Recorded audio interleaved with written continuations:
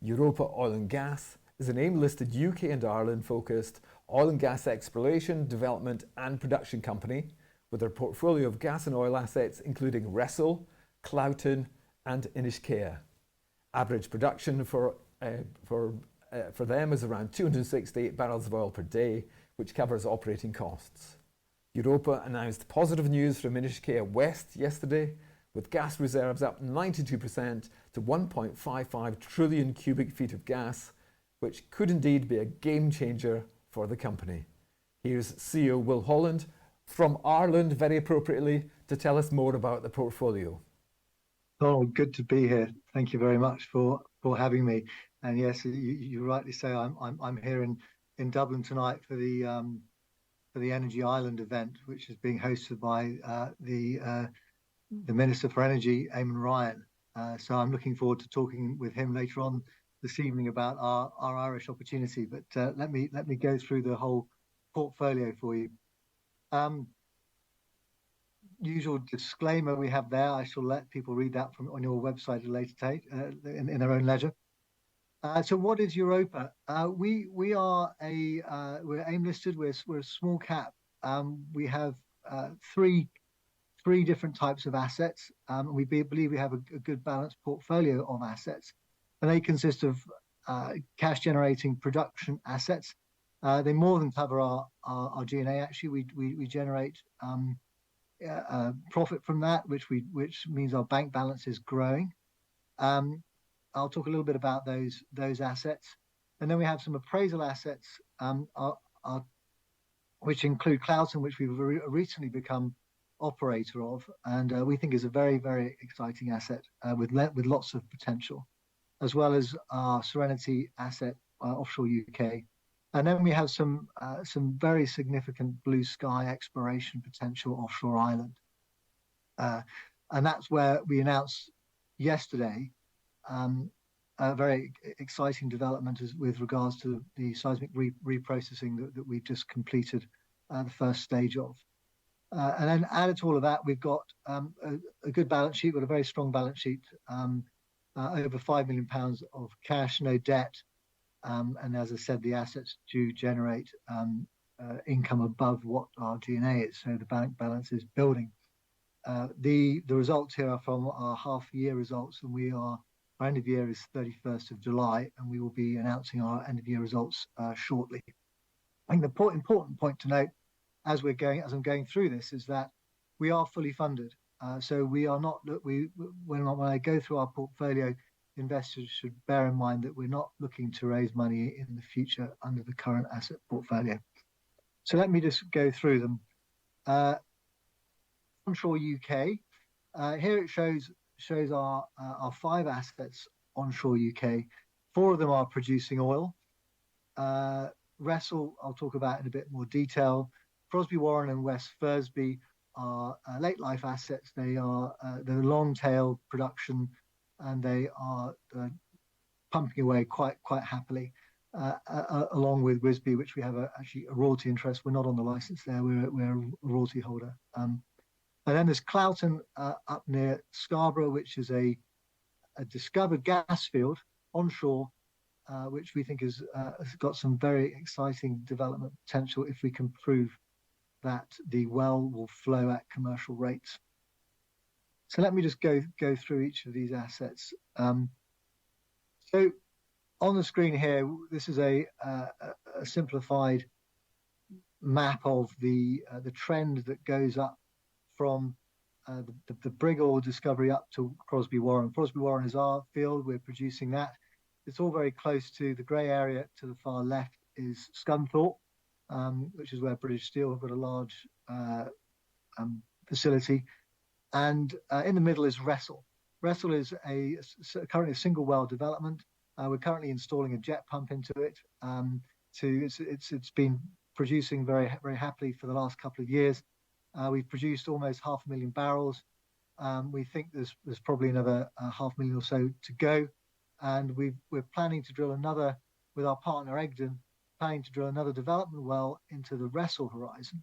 And then above Wressle, we've got the Penistone horizon, which is a more gassy horizon, and we're planning on drilling 2 development wells into the Penistone horizon. This will all happen over the course of the next 18 months, and we're just going through that process to get all the necessary permits and secure the rigs, and hopefully we shall be drilling this next year. So that's exciting.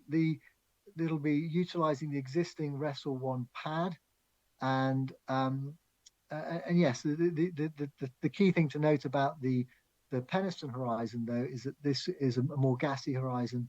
So we're looking to connect to a local gas pipeline to monetize the gas that'll be produced with the Penistone. Also, there is gas associated with the Ashover horizon, which is the current production horizon that we're doing.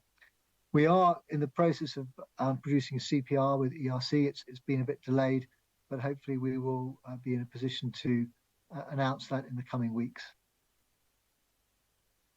So Cloughton is this asset we announced a few weeks ago that we'd taken over operatorship of this. This was a field that was Egdon were operator on it. They're also our partner on Wressle. So we have the same partners on Wressle as we do on Cloughton, and it was decided that we were in a good position to pick it up and actually develop this asset and test it.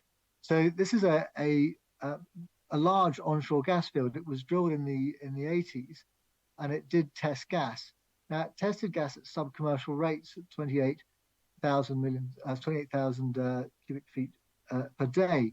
So it's that rate it's sub-commercial, but it's a very large column of gas, and we think that when it was tested, it wasn't done optimally, and that actually if the well was completed correctly, how you would complete it today, that we think we could get up to 6 million standard cubic feet of gas out of it.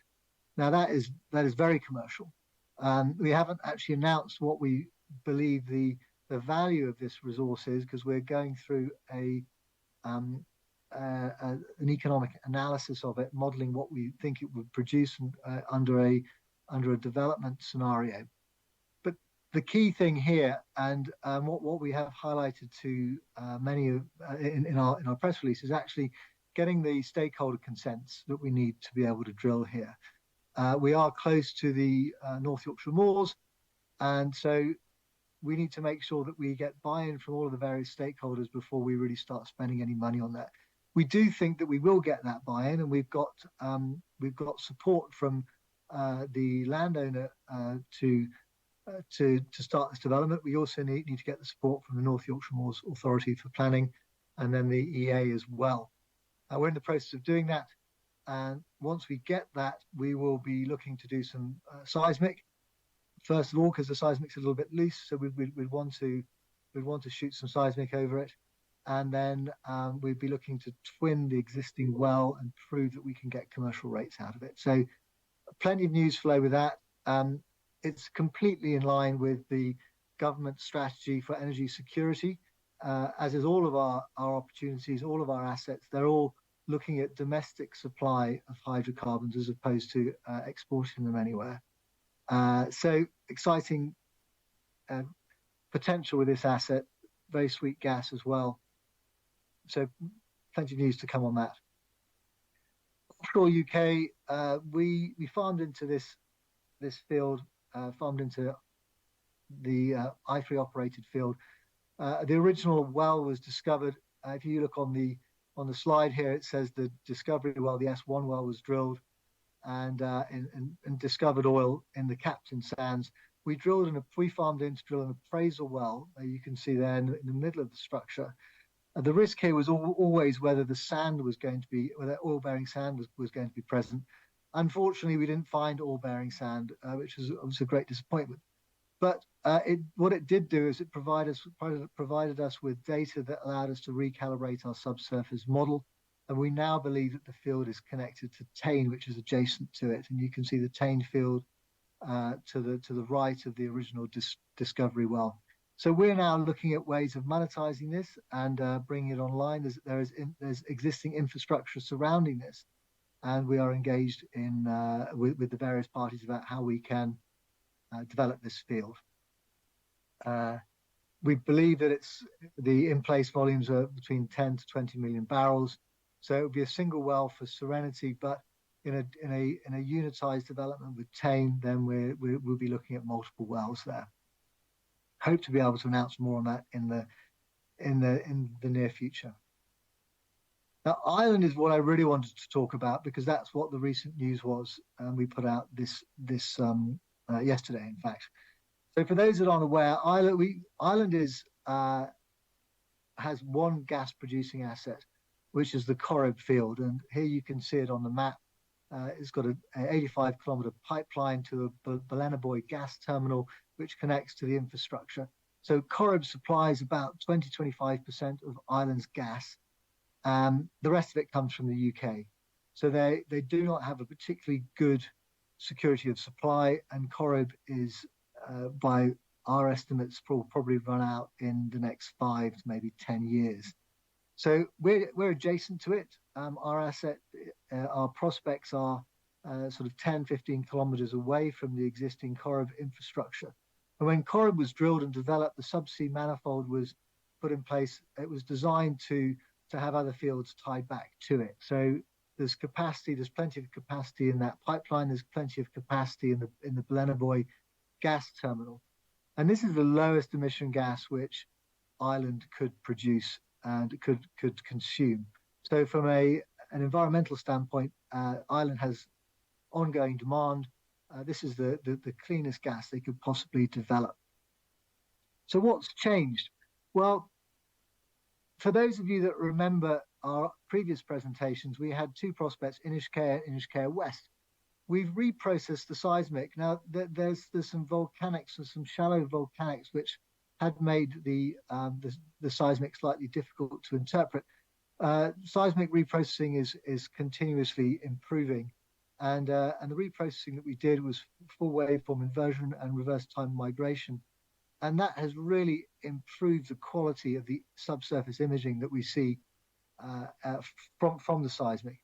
And when we were farming this out originally, Inishkea, which we believe was a 1.5 TCF prospect, the risk there was a side seal risk. It was a three-way closure against a fault, and the seismic showed that actually that fault seal probably isn't good, and that reduced the size of Inishkea. And when I first heard this, my heart absolutely sunk, to be honest with you. And then, but then as the technical team were talking me through it, we said, well hang on a second.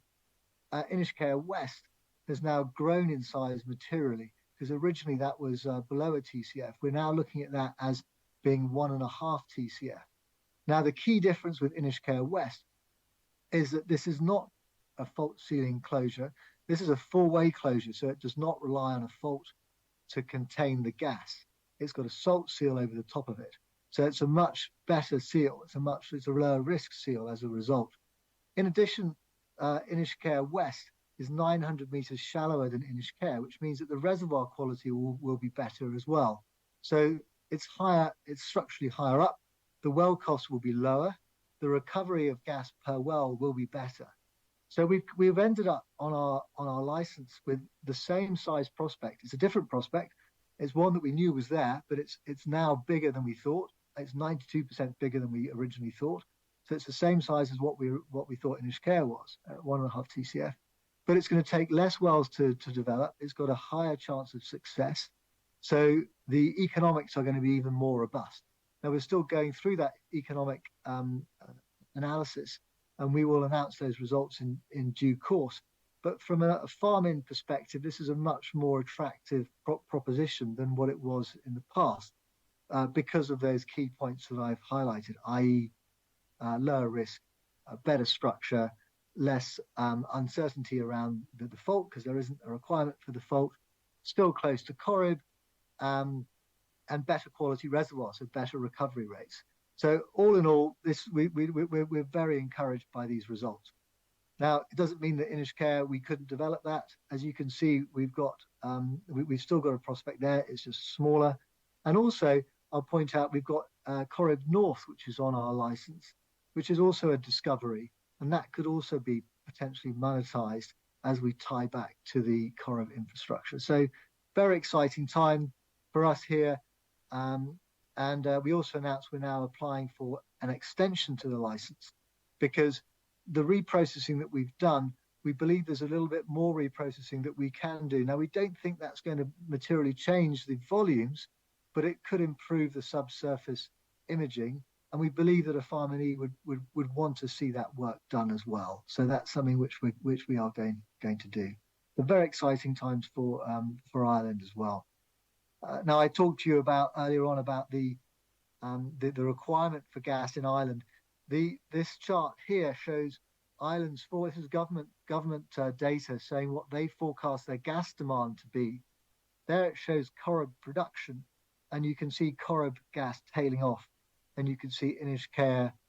This is our initial Inishkea West production profiles. I actually think these are very conservative, and we would more than likely be filling the Ballinabboy terminal to capacity.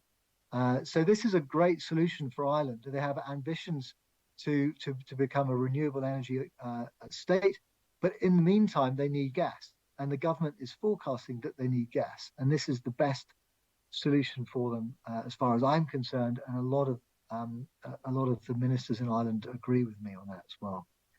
But we recognise I'm running out of time. This is the team. We're all very experienced oil and gas people.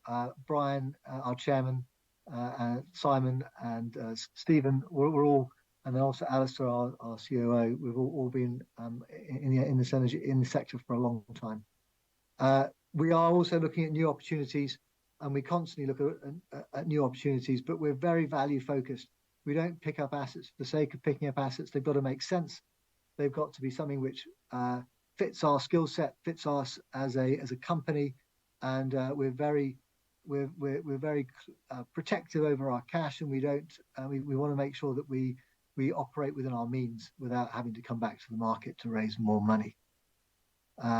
There are balance sheets from the half year. As I said, we're going to be doing our full year will be announced very shortly. And ESG, our approach is domestic hydrocarbons. We think that's a sensible thing to do. We are good custodians of hydrocarbons, and that's a core philosophy within the business as we progress. So I've had to skip through the last few slides quite quickly because I'm aware of running out of time. So that's it. Thank you very much, Donald, and I appreciate the opportunity. Okay, that's fantastic. Thank you very much indeed. It might be useful for me to pick up on quite a few points which come out of your discussion there. The farm out, when might the Inishkea farm out process be restarted? I think if that's the right way of phrasing it. Yes, yeah, absolutely. So we have put it on pause. We put it on pause because the license this current phase we're in of the license expires at the end of January, and we have to notify the regulator within 3 months before it expires of what our intention is. So that's the end of this month. Now we know there's more reprocessing that we can do, and we're still engaged with the companies that are interested in farming into the license, and they want to see that. So we believe that we have a very compelling case, and we have applied for an extension, or we're in the process of applying for an extension. We haven't actually lodged it yet, but we'll be lodging it later this week, and we would expect to get that before the license expires at the end of January. As soon as that happens, we then reprocess the seismic to 30 hertz. We've reprocessed to 10 hertz and then 20 hertz. So we will be reprocessing to 30 hertz.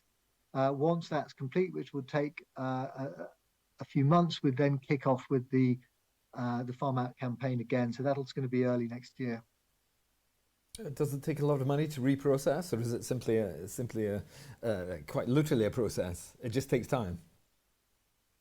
It does take money. It's it's quite complicated work. We use a company called DUG, D-U-G, which is a specialist seismic reprocessing, and it costs for the next round it'll be several £100,000 to reprocess. So it is a material amount of work. But money well spent. Money very well spent, yes, Yeah. because it does really improve the clarity of the seismic. Okay, and carrying on from that, Neil Brown asks, what's the geological chances of success for Inishkea West following your recent reprocessing exercise? Thank you. So there you go, Neil. A very good question, and that's something we are still working up now. We had Inishkea as a 1 in 4 chance of success. We believe this is that Inishkea West is given the reprocessed seismic. We think that that's going to improve. So we're probably looking at something like a 1 in 3 chance of success, but we haven't completed that work yet. But that's what I would hope that it will come out at. Great. My second question for you was what are the next steps for Inishkea West? But we've kind of been through all those, haven't we? So let's jump on to the third question, I think. You're at an oil and yes, as you referenced, you're at an oil and gas event in Ireland tonight. Are you expecting some interest? And who will you be lobbying in the government?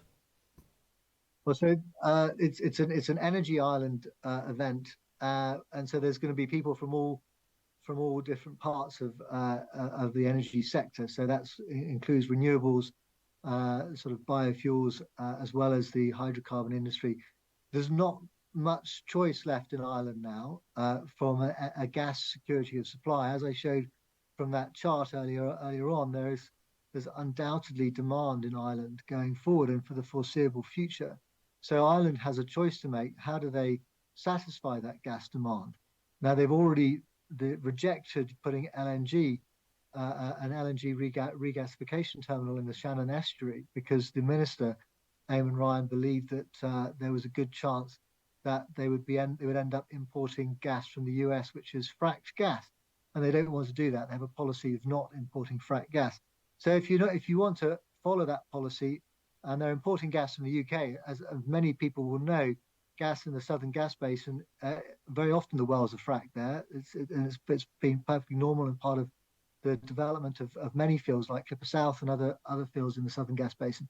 So it's slightly strange that they think that if they're importing gas from the UK that it's not fracked gas, because some of it is. But if they really want to adopt that policy, then the best place for it is their domestic gas, which is what we offer. Now, they're not prepared to issue new licenses. Ours isn't a new license, and we can travel through the various phases of our license and drill the exploration well, develop it. That's all permitted under the current Irish legislation and current Irish policy.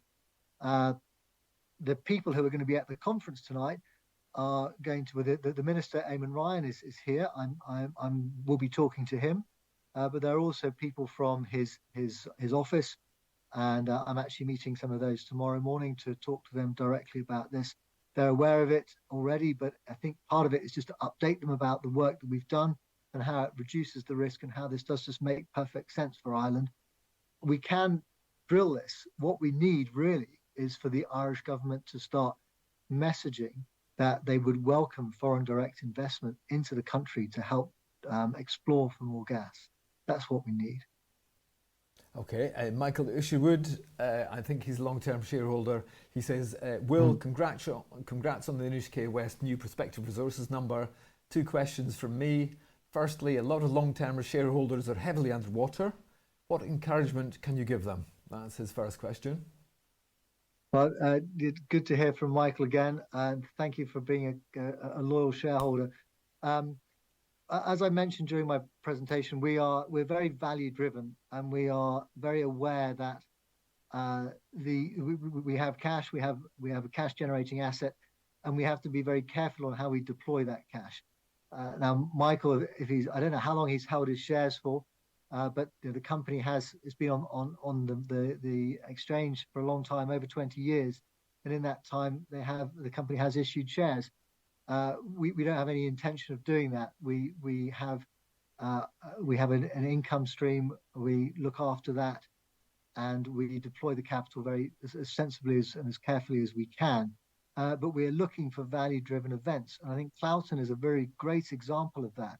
We can test a very substantial gas prospect onshore UK, which can be developed at a relatively low cost. And we can do that without raising more money. We can do that with our partners Egdon, who are now a private company backed by the Hayco Group, a well-funded Texan organization. And so we're very conscious on driving value and not diluting shareholders unless we see a really good opportunity and then the risk reward is compelling. I come from an investment background, so I used to invest in companies, in upstream oil and gas companies. I'm an upstream oil and gas guy, so I'm very conscious of preserving shareholder value and deploying our capital in the most responsible way that we possibly can. And his second question flows quite directly into that. You've partly answered it already. Can you provide some colour on the board's strategy for growth beyond Ireland and beyond Wressle? And will the board be prudent with the shareholders' capital? Well, I've heard you say at least 3 times that you will be, so yeah, I'll take you at face value on that one, Will. Yes, I mean, Wressle development, we've got a very exciting Wressle development that will cost some money, but the risk reward there is excellent. The barrels that we produce and the gas that we produce out of the UK is very valuable. The operating costs are low, so it will end up becoming a very strong generator of cash flow, which we can then use to develop Cloughton. We're going to test Cloughton in the most cost-effective way that we possibly can. I'm not going to go into details of that yet. We hope to announce some more details to the market in due course. And then we're looking to get a partner into Ireland to help pay to test and then develop any discovery that we make offshore Ireland. So we're not looking at issuing more shares. You've told us about Wressle, you've told us about Penistone, and now you're not talking about wells on Cloughton. How will you plan to sort of phase those so that you can actually afford them all, and in terms of management time as to how it would all work? Yeah, very, very, very good question. Because I mean, if we did everything in one go, we wouldn't have sufficient cash. But so it's all about phasing. It's all about making sure that we time things correctly. Investors will know that Egdon are our partners on Wressle. They're also our partners on Cloughton, and so they're also very aware of this. And we have a very good working relationship with them. We actually do contribute a lot to the Wressle development program and phasing that in an appropriate manner to make sure that we don't run out of cash as we're developing it is a key part of that. And so working closely with partners to optimize our cash is paramount in our thinking. Okay, final question. What are your thoughts on the UK's energy strategy as it affects Europa onshore in the UK and offshore in the North Sea? And do you ever wish you operated in the Norwegian sector of the North Sea? I just have to ask you that. Well, the UK political environment, as everyone knows, it changes rapidly. But a lot of people are concerned about a potential Labour government coming in.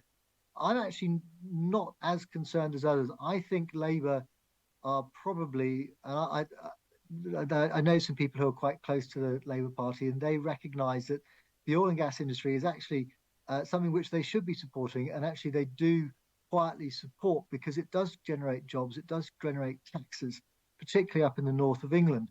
And Wressle, Cloughton fit firmly into that.